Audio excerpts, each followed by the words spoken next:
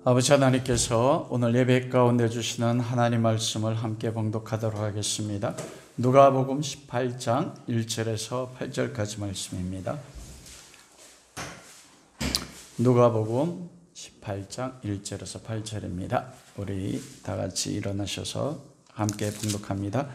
예수께서 그들에게 항상 기도하고 낙심하지 말아야 할 것을 비유로 말씀하여 이르시되 어떤 도시에 하나님을 두려워하지 않고 사람을 무시하는 한 재판장이 있는데 그 도시에 한 과부가 있어 자주 그에게 가서 내 원수에 대한 나의 원한을 풀어주소서 하되 그가 얼마 동안 듣지 아니하다가 후에 속으로 생각하되 내가 하나님을 두려워하지 않고 사람을 무시하나 이 과부가 나를 번거롭게 하니 내가 그 원한을 풀어주리라. 그렇지 않으면 늘 와서 나를 괴롭게 하리라 하였느니라.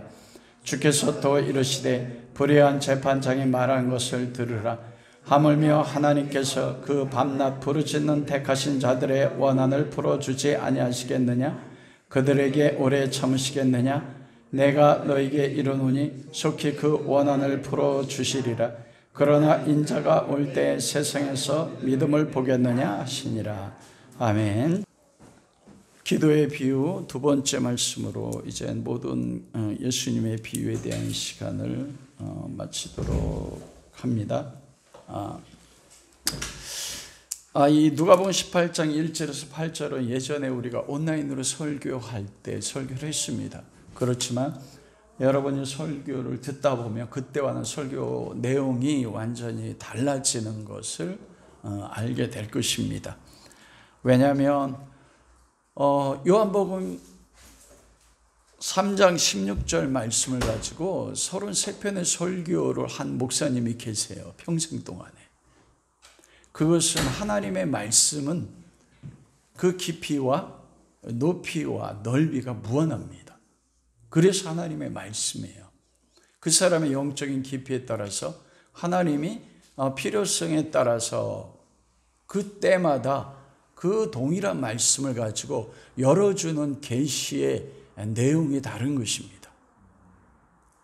그래서 저도 이 말씀을 묵상하면서 깜짝 놀란 것을 제 자신이 경험할 수 있었고, 기도가 무엇인지, 하나님 앞에 인자가 올 때 믿음을 보겠느냐라고 했었을 때 주님이 말씀하셨던 그 의미가 무엇인지 다시 깨닫는 시간을 가질 수 있게 되었습니다. 그래서 여러분들이 제가 항상 설교 가운데 말씀하는 사도행전 17장 11절에 보면 베레아 교인들이 간절함으로 사도 바울을 통해서 하나님의 말씀을 받았습니다. 구약의 말씀이거든요. 복음의 말씀. 그런데 이것이 그러한가요? 날마다 성경을 상고했다고 말합니다. 여러분이 지금까지 배운 하나님의 말씀의 깨달음을 통해서 과연 그런가 한번 성경을 상고해 보십시오. 주님께서 이 누가복음 18장을 통해서 말씀하시는 그 말씀의 내용이 무엇인지. 보통 우리는 이 본문의 말씀을 불의한 재판관과 강청하는 비유를 통해서 우리가 귀찮게 하나님 앞에 기도하고 강청하고 포기하지 아니하면 반드시 하나님께서 응답해 주신다. 이렇게 우리는 보통 알고 있습니다. 부분적으로는 맞습니다. 그러나 예수님께서 오늘 이 불의한 재판장과 그리고 과부의 비유를 통해서 기도가 무엇인가에 대해서 말씀하시는 그 내용은 좀 다릅니다. 오늘 본문을 잘 보면 불의한 재판관과 선한 하나님 그리고 과부와 택한 하나님의 백성이 대조를 이루고 있습니다. 불의한 재판관은 하나님을 두려워하지 않습니다. 사람을 무시하는 불성실한 재판관입니다. 그런데 그런 불성실한 재판관이 과부의 강청을 어떻게 합니까? 들어줘요. 왜 들어줄까요? 성경에 보면 귀찮게 할 것이다. 그런데 여러분, 이 불의한 재판관이에요. 하나님도 두려워하지 않습니다. 과부는 연약해요. 귀찮기 때문에 들어줍니까? 아니요. 그 과부가 요청하는 소원이 뭡니까? 의롭기 때문입니다. 만약 과부가 끊임없이 불의한 재판관에게 요청하는 그의 요청이 정당하지 않다면 아무리 귀찮게 한다 할지라도 들어줄 이유가 없어요. 불의한 재판관이기 때문에. 그래서 과부의 강청의 내용과 택하신 자들의 원한입니다. 이 택하신 자들의 원한이라고 예수님 말씀하셨거든요. 그것을 선하신 하나님은 선하시잖아요. 하나님이 들어주시지 않겠느냐. 와, 여러분이 택하신 자들의 원한이 무엇일까요? 그리고 오늘 기도의 본문에 보면은 항상 기도하되 낙심하지 말 것은, 첫 번째로 주님이 말씀하시는 것은 성도가 택하신 자들이 원한에 대해서, 그리고 하나님 앞에 항상 기도하는데 낙심할 때가 온다는 것입니다. 낙심할 수 있다는 거예요. 여러분, 우리가 평생 그리스도인의 정체성 가운데 최고의 정체성이 무엇입니까? 기도거든요. 내가 하나님의 자녀인 것을 경험하는 건 무엇을 통해 경험해요? 기도했는데 와, 그 기도의 응답하심을 통해서 하나님이 나의 아빠가 되시고, 그리고 내가 하나님의 자녀인 걸 경험하는 거예요. 제가 은혜 받은 가운데 한 가지, 여러분, 딱 우리 효실 집사님 찬양 마치고 내려왔는데 여기 절절절 두 아이가 달라들더니 껴안더라 말입니다.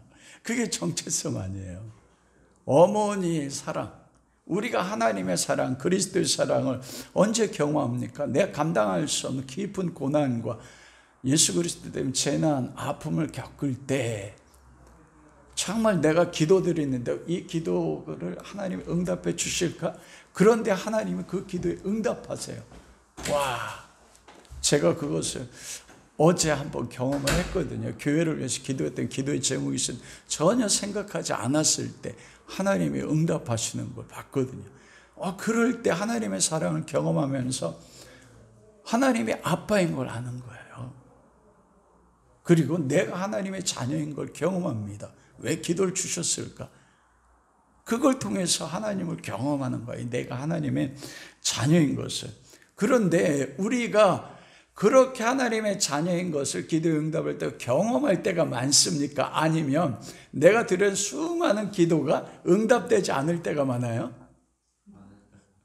와, 저는 응답되지 않은 게 너무 많아요. 흡사 그게 뭐냐면 이 불쌍한 과부가 여자 아닙니까? 성경에 보통 여자는 교회로 표현되잖아요. 여기서는 교회는 아니지만 정당한 기도 제목을 가지고 나는 정당하다고 생각하고 하나님 앞에 나 기도하는데 하나님이 흡사 나에게 뭐처럼 보일 때가 있어요? 불의한 재판관처럼. 내가 드려지는 기도는 내 삶에서 정말 그리스도를 사랑함으로써 나에게 필요한 기도 제목인데, 와, 왜 이 기도 제목이 응답되지 않지? 내가 잘못 드려지는 기도인가? 그래서 하나님이 과부의 청원에 침묵하는 것처럼 침묵하시는 그 하나님처럼 느낄 때가 너무나 많다는 것입니다. 그래서 우리가 낙심해요. 그런데 여러분, 본문에서 항상 기도하되 낙심하지 말 것, 낙심할 수 있는데 그 낙심하는 내용에 대해서 가장 핵심적인 것은 무엇이냐면, 이 사람들이 지금 기도하잖아요. 항상 누가 기도하는 겁니까? 예수님께서 지금 누구에게 말씀하세요? 이 본문이요? 제자들이에요. 그럼 제자들이 항상 기도하는데 무엇을 왜 기도할까요? 여러분, 이거 생각해 보셨습니까?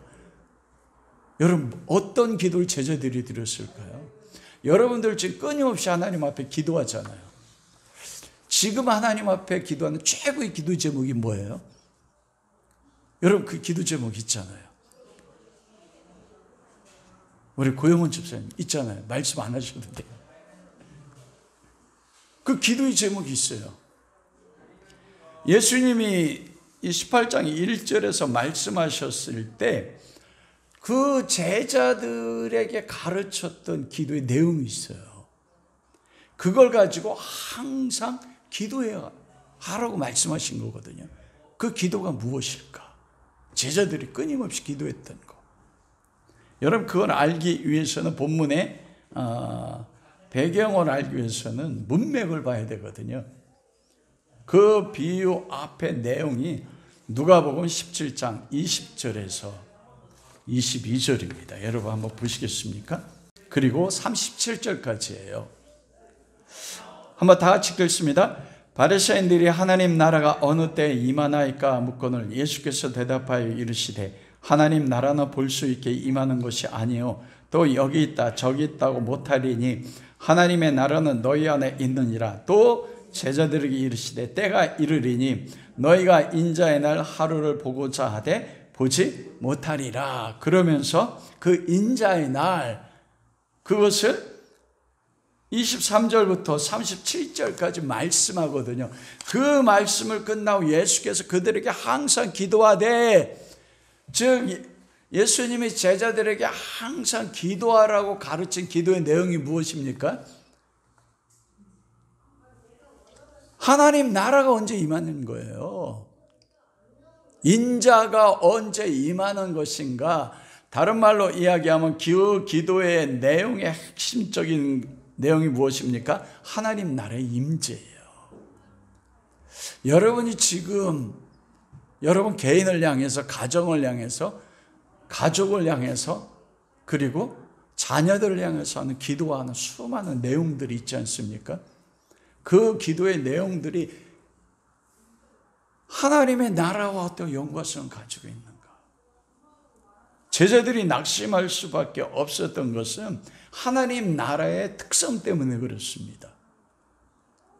여러분, 우리가 NCMN에서 투타임 이벤트라고 하잖아요. 하나님 나라는.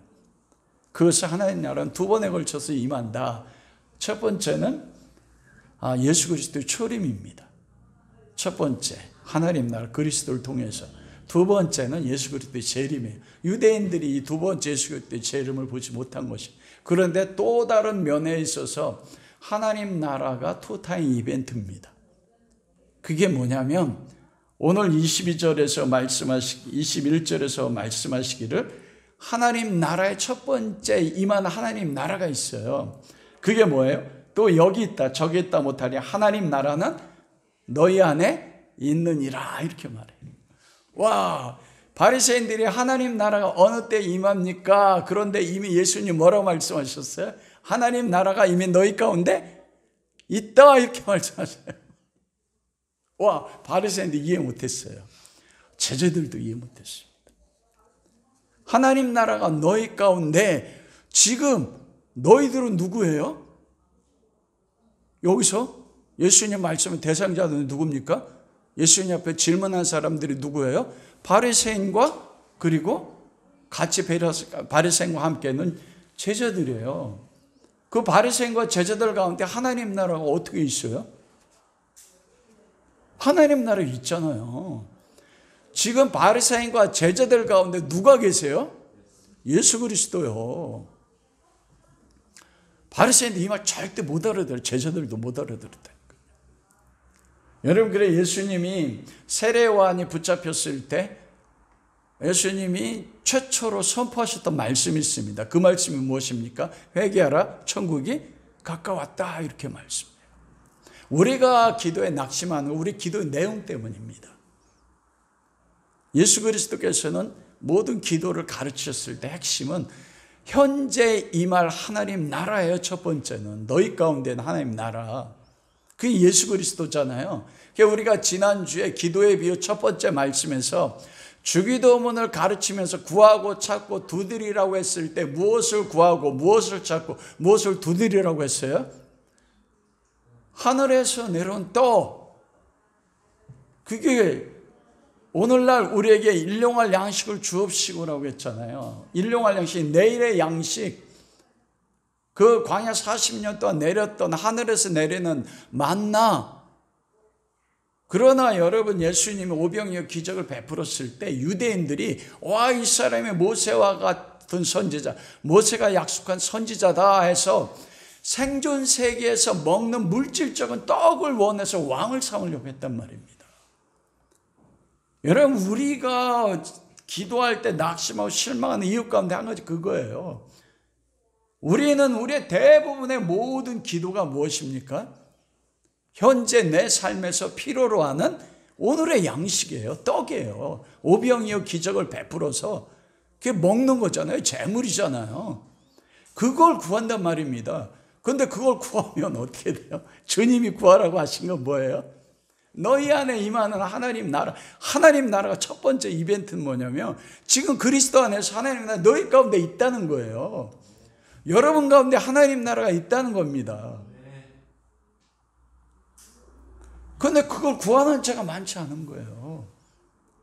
그리고 또한 그 현재 임하는 하나님 나라 예수 그리스도를 구하는 사람이 얼마나 되냐. 내 기도 가운데 제목 가운데서. 그런데 정말 현재 임하는 하나님의 나라 예수 그리스도를 구하는데 그게 여러분 응답이 빨리 돼요? 어떻게 해요? 여러분 경우는 어떻습니까? 와, 저 뒤에서 한 분이 그래. 입을 보면 더뎌요. 그래.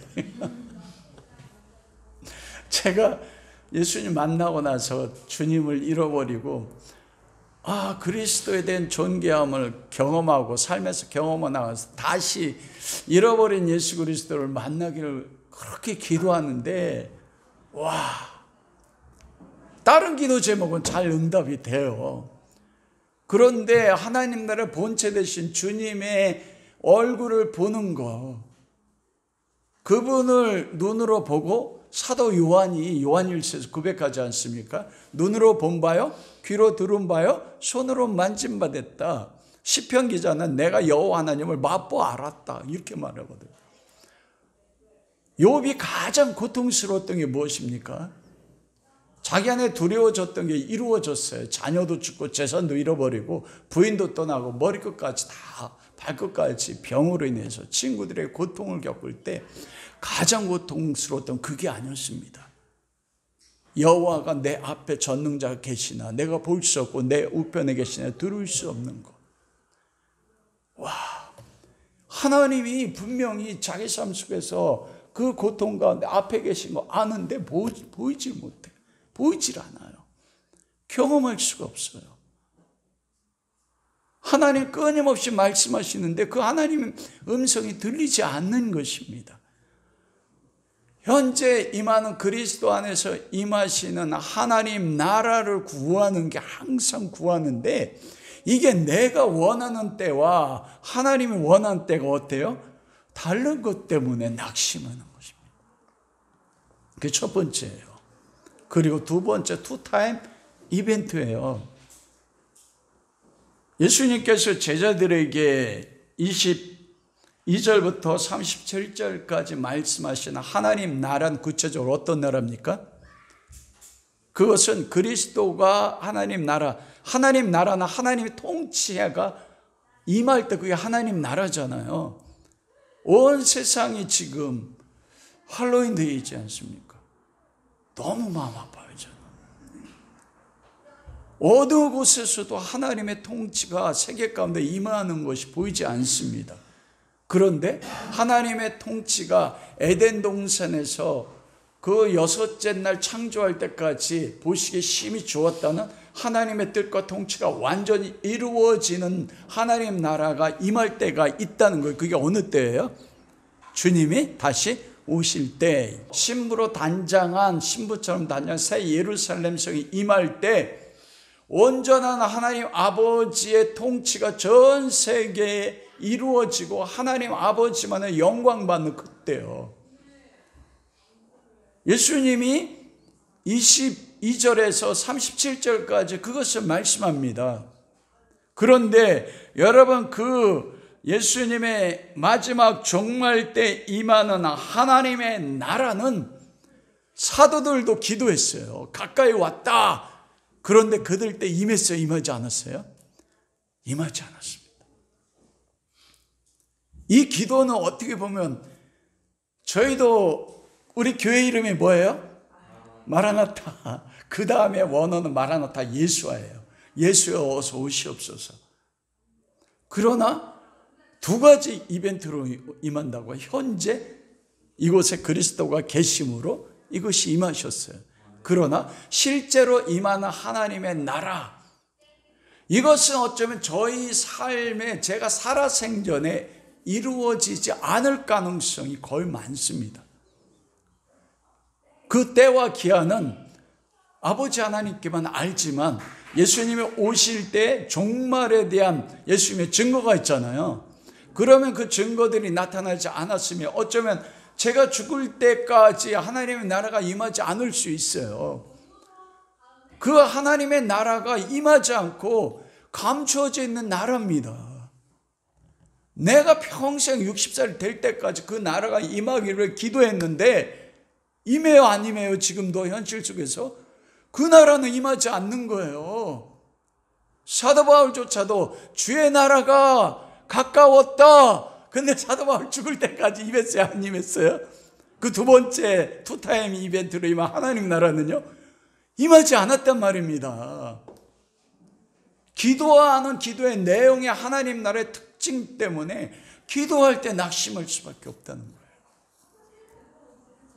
그런데 인자가 올 때 믿음을 보겠느냐에 하나님의 백성이 하나님을 영화롭게 하는 게 바로 그 두 번째입니다.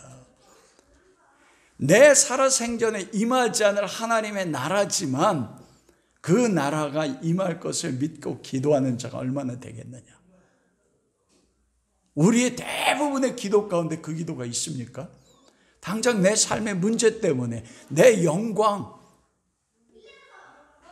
내가 더 영적으로 높은 곳에 올라가기 원한 나 중심적인 많은 기도는 드리지만, 여러분, 그래서 예수님의 말씀은 기도란 이 세상에서 필요한 우리의 필요를 채우거나 우리의 세상적 소원을 성취하거나 꿈과 야망을 이루는 데 쓰여지는 것이 아닌 것입니다.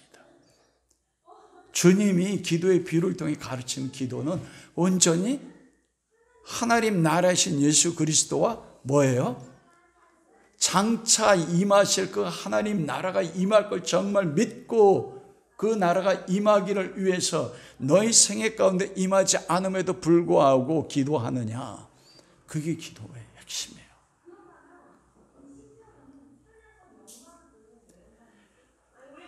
그런데 하나님은 비유를 통해서 하나님께서 반드시 성취시켜 준다고 말씀하시지 않습니까?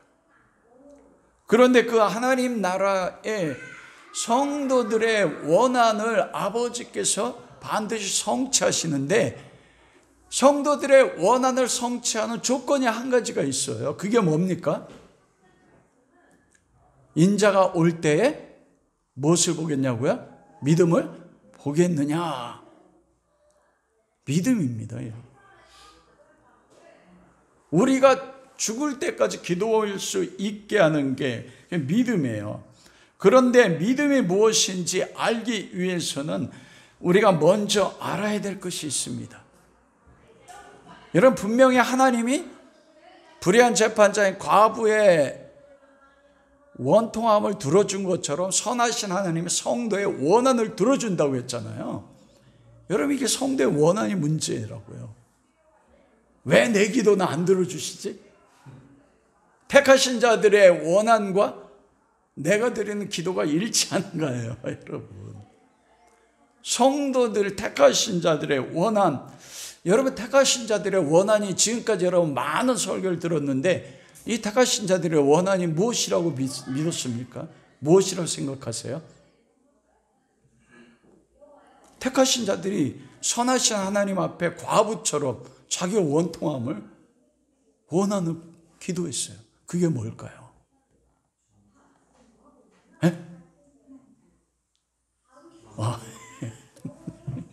정답만 말씀하셔서. 여러분, 성도들이 가지는 원한은 무엇입니까? 세상에 대한 원한입니까? 성도들은 고통과 아픔을 겪잖아요.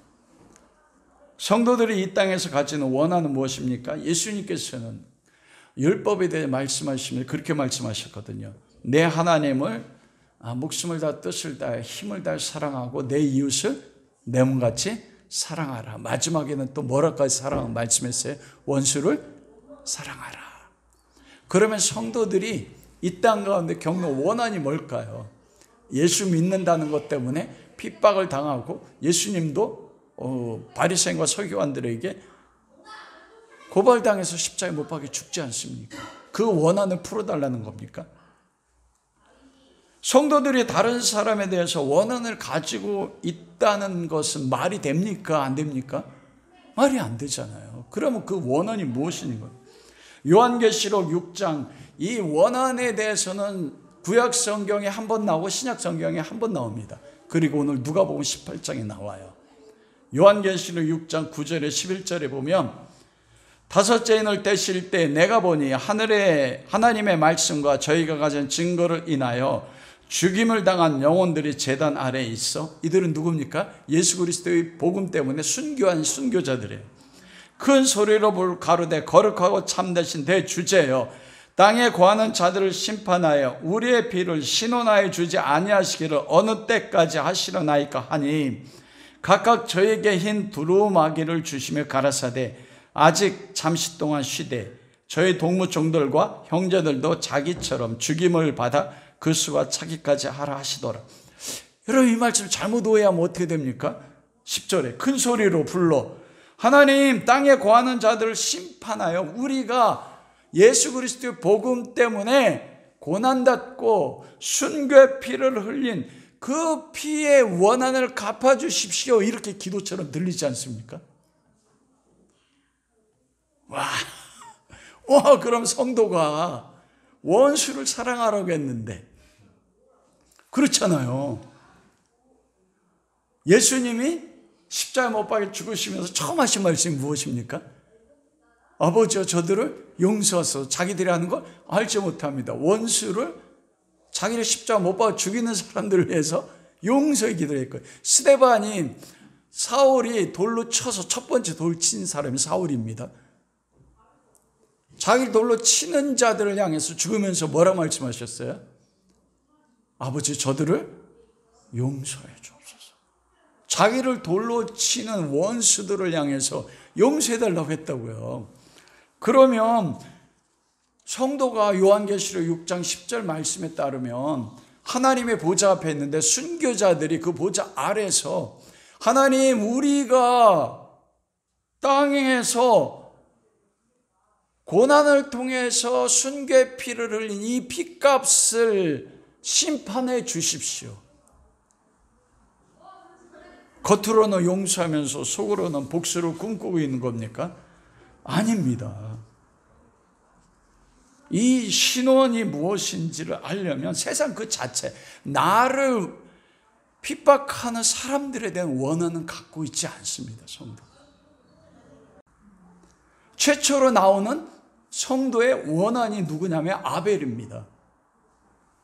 창세기 4장 10절에 보면 가인이 아벨을 돌로 쳐 죽이지 않습니까? 가라사대 내가 무엇을 하느냐? 내 아우의 피소리가 땅에서부터 내게 호소하느니라. 의인의 피인 아벨이 맞아 죽어서 피가 땅에 흘렸어요. 피 속에 생명이 있어요. 피가 호소했다는 것은 아벨의 생명이 호소했다는 겁니다. 하나님 앞에 과부처럼 청원을 한 거예요. 여러분, 아벨이 피가 하나님 앞에 호소한 게 무엇일까요? 무엇을 호소했을까요? 가인이 아벨을 때려 죽인 것은 요한일서 3장 12절 말씀에 보면 아벨의 행위는 의롭고 가인의 행위는 악하기 때문입니다. 여러분, 아벨이 의인이 됐던 건 무엇 때문에 의인이 됐습니까? 그가 양으로 하나님 앞에 제사를 드렸어요. 이걸 이해하기 위해서는 아벨이 왜 양을 치는 목자가 됐을까요? 양을 치면 그 양에 치는 결과로 아벨이 얻어지는 소득이 있습니까? 양을 치면서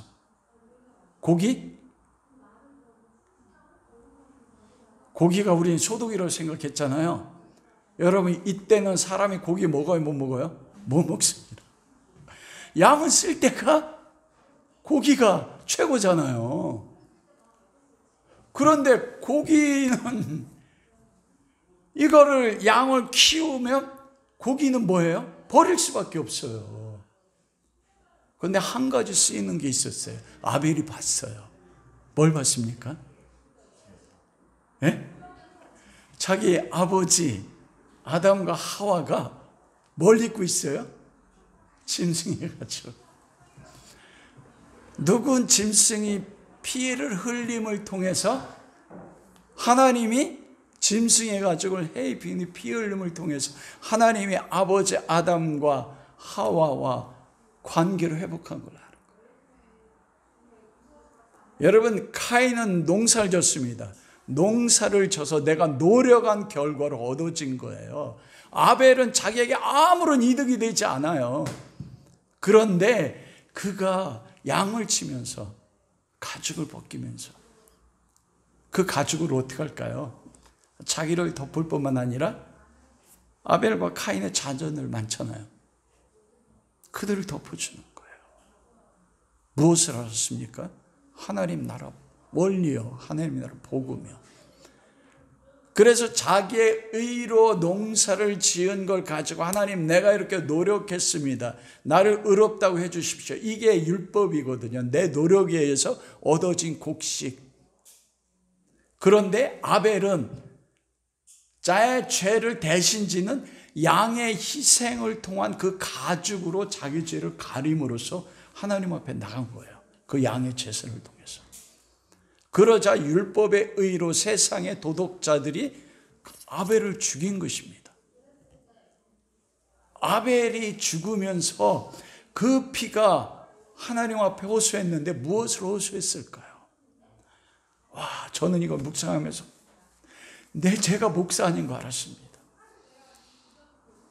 아벨은 자기 형 에서서 카인을 사랑했어요. 아버지 아담과 하와를 보면서 아버지 들었거든요. 어머니 들었거든요. 범죄하기 전에 에덴 동산에서 전능하신 하나님과 얼굴을 맞대면서 하나님 완전 뜻이 통치되고 하나님 완전 뜻이 이루어졌던 에덴 동산의 그 모습을 바라보는데, 지금 현재 삶에서 가인의 형이 자기를 쳐 죽였을 때 그 형의 얼굴 속에서 보는 그 속에 있는 뭘 봤습니까? 악을 보면 죄를 본 거예요. 사랑하는 형을 지배하고 있는 악. 하나님의 통치를 받지 않고 자기의 의에 따라서 하나님을 대적하고 그 대적하는데 어디까지 대적합니까? 나의 의로움 때문에 다른 사람을 죽이는, 자기 형제를 죽이는 형 가인의 모습을 보면서 아벨이 너무 마음 아팠던 겁니다. 와, 이게 예수 그리스도 믿는 오늘날 그리스도인들 가운데 없더라고요. 왜냐하면 제 안에 없더라고요. 내가 하나님 앞에 쓰임받기 원하고 의로워지기 원하지, 하나님을 떠나고 연약한 자들이 죄와 그리고 악에 지배당해서 하나님을 떠나는 그 모습을 바라보면서 느껴지는 그 아픔이요. 스데반이 죽으면서요, 그 얼굴이 천사를 같은데 자기를 돌로 치는 사울을 바라보면서 했던 애통하며 그 하나님 앞에 들어지는 호소요. 여러분, 기가 막히지 않습니까? 하나님이 그들 가운데 통치하지 않는 거. 왜? 하나님의 형상으로 창조된 거룩한 존재인데, 존귀한 존재나 깨닫지 못한 자는 멸망하는 짐승과 같잖아요. 시편에 멸망하는 짐승같이 죄와 악에 매여서 사랑하는 형제를 쳐 죽이는 형의 모습을 보면서 아벨이 예수 그리스도가 그 안에 있어서 하나님 앞에 신원하는 겁니다. 호소하는. 하나님, 언제까지요? 언제까지 악이, 죄가 하나님의 형상인 사람을 지배해서 하나님을 대적하기까지 하나님 저걸 보려고 하십니까? 왜 가인이 용서받았습니까? 아벨의 그 호소 때문입니다, 여러분. 그리스도의 호소 때문에요. 여러분이 세상 가운데서 지금 세상을 보면서 무엇을 느낍니까? 저는 좌파도 아니고 우파도 아닌데 어떤 개인적인 사정 때문에 정광 목사님 그 광화문에 모이는데 갔었어요. 다 60 넘은 분들만 모이더라고요. 그러면서 제가 봤던 건 그거에 옳고 그름을 떠나서 이 60이 넘은 하나님의 사람들이 전국에서 깃발 가운데 울산에서 부산에서 이 깃발 들고 다 몰려드는 거예요. 그들이 보았던 건 그거예요. 죄가 악이 온 세상을 통치하고 정치하는 사람들이 하나님의 이름을 대적해서 높아지는 그 모습을 보면서 그들은 할 수 있는 걸 표현하더라고요.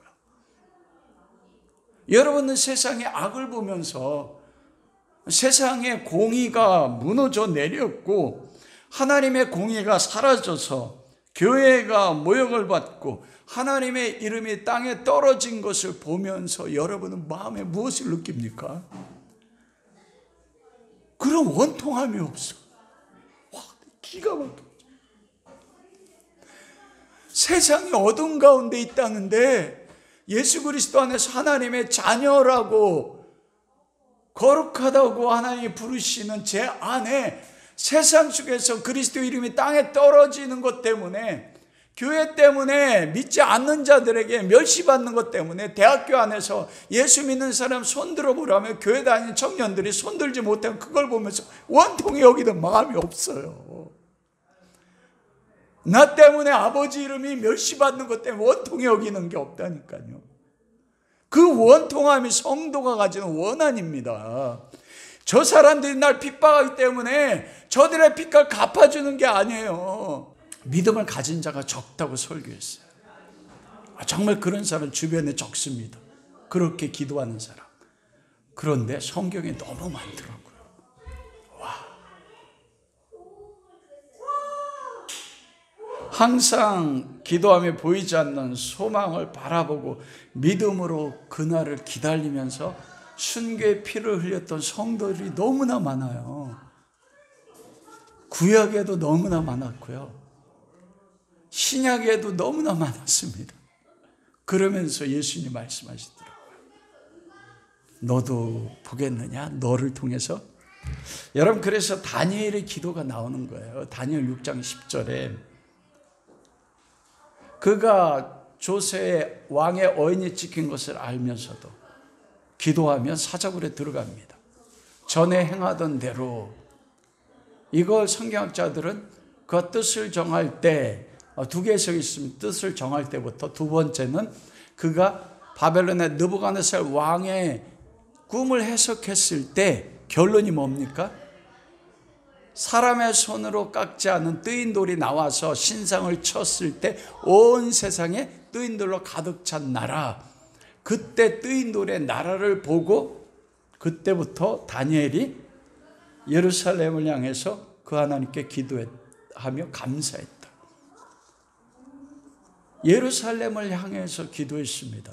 예루살렘을 향해서 기도한 거 무엇입니까? 예루살렘의 회복입니다. 예루살렘은 하나님의 성이에요. 하나님이 통치하는 성, 하나님 나라입니다. 다니엘이 두 가지의 하나님 나라를 위해 기도했어요.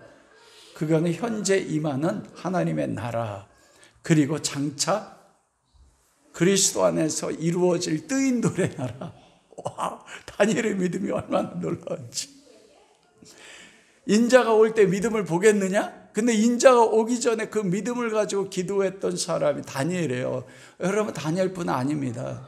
아브라함도 그렇습니다. 아브라함도 죽을 때 자식이 8명밖에 없었어요. 그 중에 7명은 불신자입니다. 근데 이삭 한 명을 통해서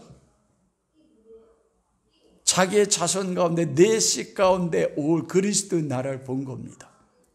그리고 그는 믿음을 통해서 하나님을 믿으면서 그 하나님이 아브라함을 통치함으로써 현재 그 삶에서 하나님 나라가 임했어요? 임하지 않았어요? 임했거든요. 왜냐하면 예수님이 요한복음 그렇게 말씀해요. 아브라함이 나의 때를 보고 기뻐했다. 그러자 바리새인이 거예요. 아브라함이 너를 보았단 말이냐? 그래, 보았다, 아브라함이. 와, 아브라함 예수님 봤어요. 현재 하나님 나라 경험했어요. 그리고 자기의 씨를 통해서 수도 셀 수 없는 하나님 나라, 뜨인 돌의 나라를 본 겁니다. 여러분 보시지 않습니까?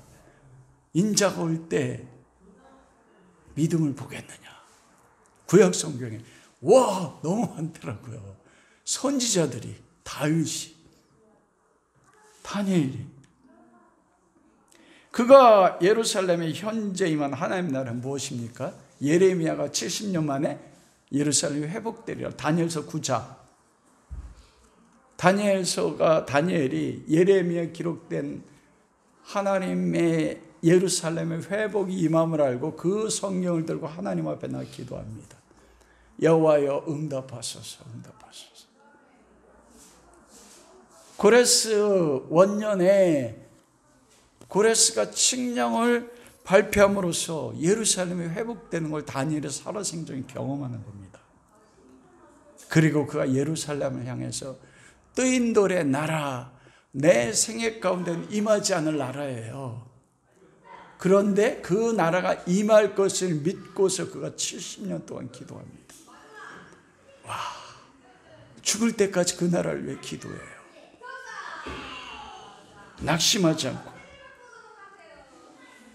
그런데 다니엘은 그 뜨인 돌의 나라를 봤다니까요. 여러분, 다니엘서 6장으로부터 해서 7장에서는 그게 무엇입니까? 다니엘을 통해서 하나님의 묵시를 말씀하시는데 그 묵시가 어떤 나라예요? 뜨인 돌의 나라. 그로부터 일어날 바사국과 그 다음에 헬라의 제국과 로마의 제국과 그 이후의 모든 나라들이 일어날 것을 다니엘에게 하나님의 예언을 통해서 그 나라가 임하는 걸 자기 생애 때 보는 것입니다. 와, 놀랍지 않습니까?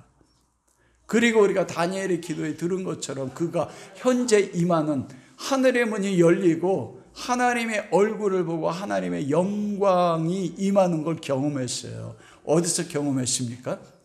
사자굴이요. 사자굴에 들어가서 전능한 하나님의 천사가 사자 입을 막았습니다. 여러분, 사자 입만 막았을까요? 그것이 무엇이 있었어요? 하늘의 문이 열렸다고요. 그곳에요, 하늘의 문이 열려서 야곱이 그 사다리 꼭대기나 하나님의 얼굴을 본 것처럼 다니엘이 하나님의 얼굴을 보고 하나님의 영광을 봤다니까요. 그 다니엘의 사자굴이 그것이 뭐였어요? 하나님의 나라였다니까요. 와, 그게 이사야서 66장이에요. 어린이가 사자굴에 독사에 손을 넣고 어린이 양과 사자가 함께 뛰어노는, 사람과 사자가 다니엘을 굶주린 사자 먹지를 않아요. 이게 하나님 나라 아닙니까? 현재 임한 하나님 나라와 미래에 성취될 하나님 나라를 다니엘을 보고 증거할 수 있었다니까요. 아멘.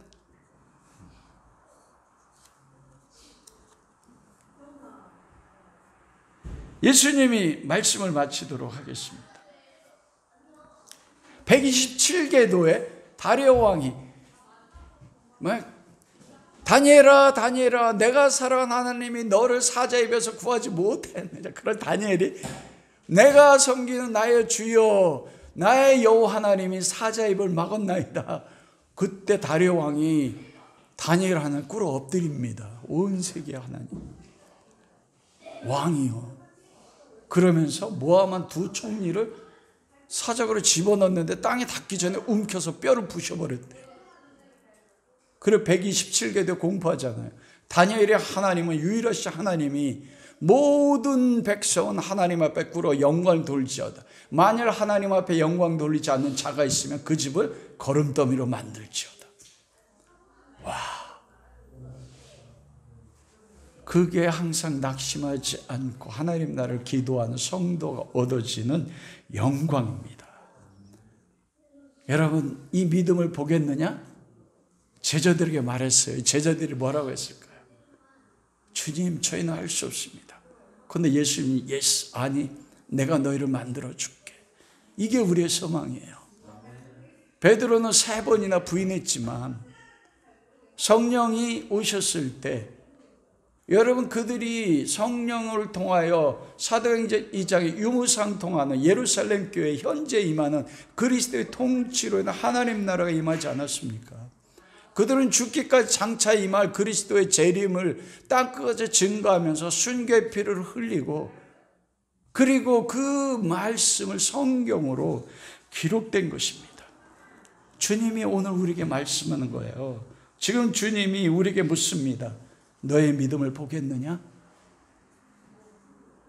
주님, 예스. 내가 만들어 줄게. 그게 소망입니다. 이런 은혜가 우리 모두에게 함께 할 수 있기를 주님의 이름으로 축원합니다.